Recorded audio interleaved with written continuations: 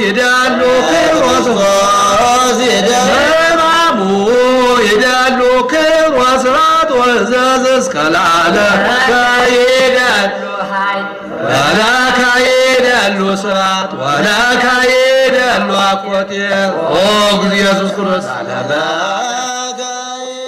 ሰሙነ ሕማማት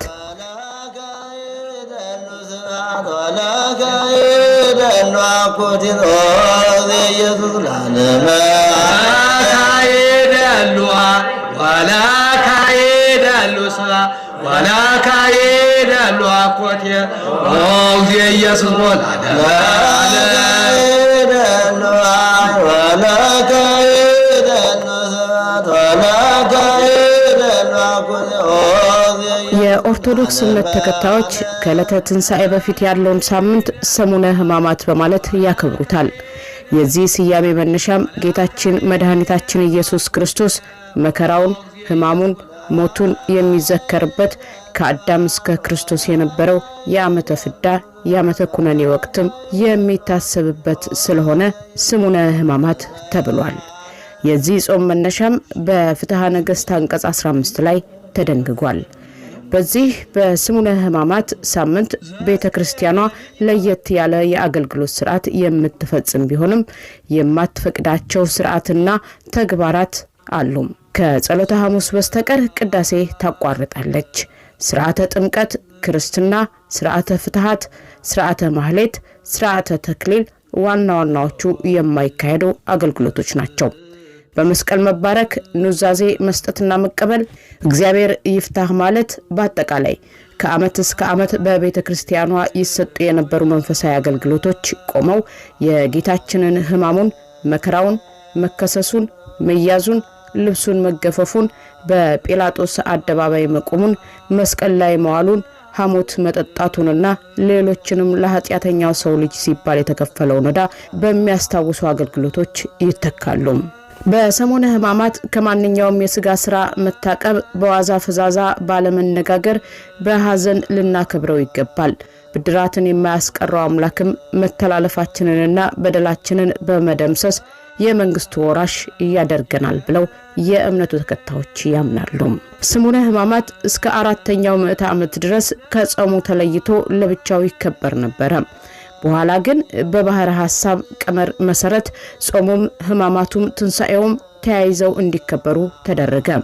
ምዕራባውያን ከ40 ጾም ውስጥ የመጨረሻውን ሳምንት ሰሙነ ሕማማት ያደርጉታል። የምስራቃውያን ኦሪየንታል ኦርቶዶክስ ተዋሕዶ ቤተክርስቲያን ደግሞ ጾሙን ተጨርሶ ከኒቆዲሞስ በኋላ ያለውን ተከታዩን አንድ ሳምንት ሰሙነ ሕማማት አድርገን እናከብራለን። ለመሆኑ ቤተክርስቲያኗ በሕማማት ወቅት መስቀል ለምን አታሳልምም? ለምንስ አይማተብም? በሰሙነ ሕማማት ከሰኞ እስከ አርብ ያሉት ቀናት የዓመተ ፍዳ መታሰቢያ ናቸው።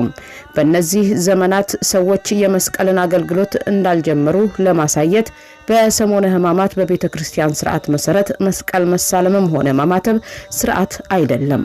ግን አንድ ሰው ተሳስቶ ቢያማትብ ምንም በደል ኃጢአትም አይሆንበትም።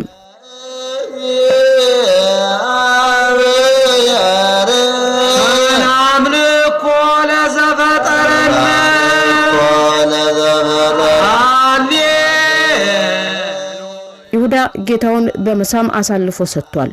እኛ ግን እንደ ይሁዳ ክፋት ካለው መሳሳም መለየታችንን ለማስረዳት ከዚህም በተጨማሪ ሰላም በዘመነ ፍዳ እንዳልነበረ ለማሳየት በሰሙነ ሕማማት እስከ መሳሳም የደረሰ ጥብቅ ሰላምታ የለም። ማንኛውም ለስጋ የሚያደሉ ተግባራትን መቀነስና ቢቻለን አብዛኛውን ጊዜያችንን የጌታን ሕማም መከራ በማሰብ በጾም በጸሎት በስግደት ማሳለፍ ቢቻል አመጋገባችንን ከወትሮው መቀነስ፣ በትዳር ያሉ በጾም ወቅት በመኝታ ከመተዋወቅ መታቀብ አለባቸው።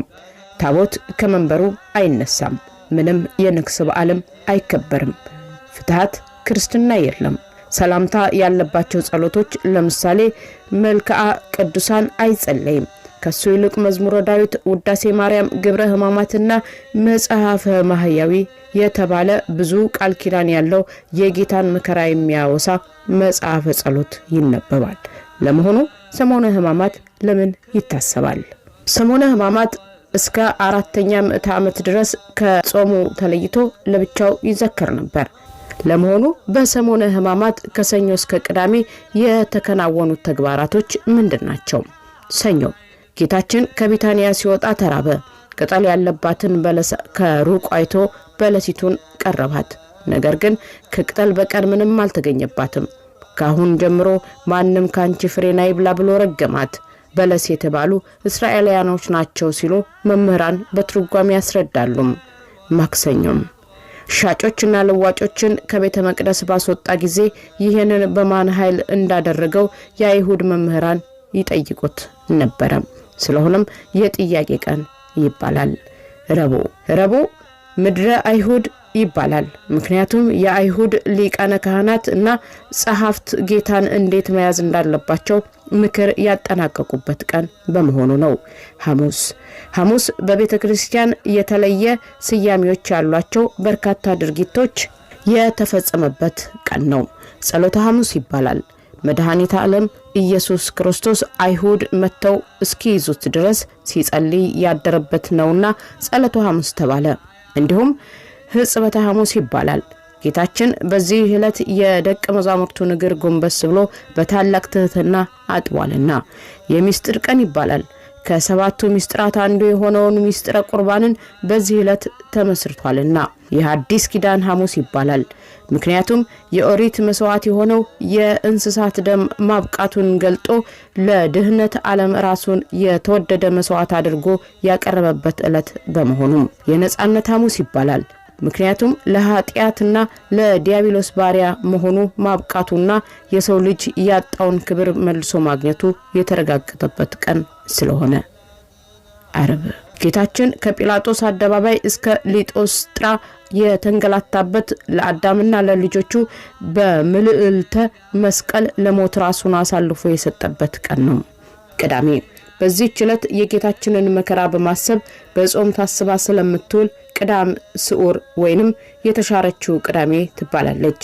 ካህናቱም ለምእመናን ለምለም ቄጤማን የሚያድሉበት ዕለት ስለሆነ ለምለም ቅዳሜም ትባላለች።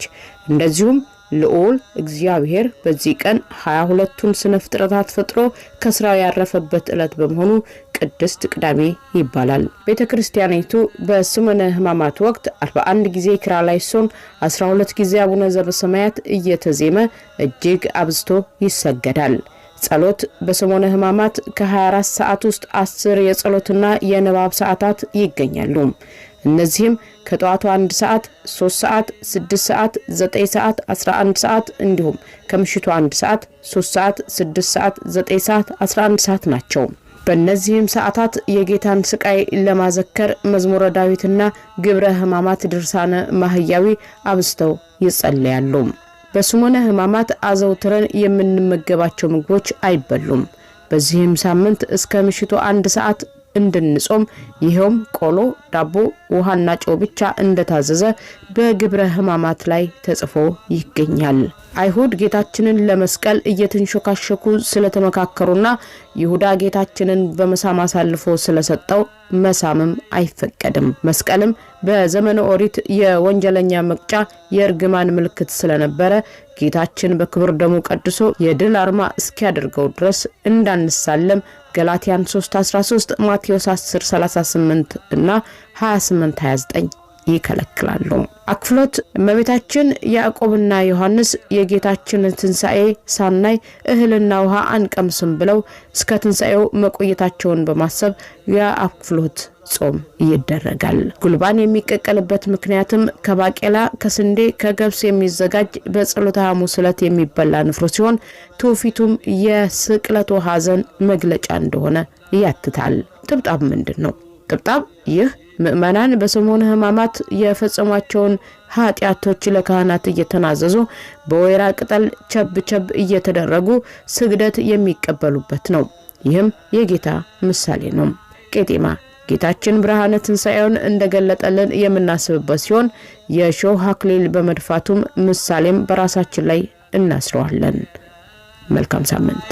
ከሮስባል ወሰላም ላይ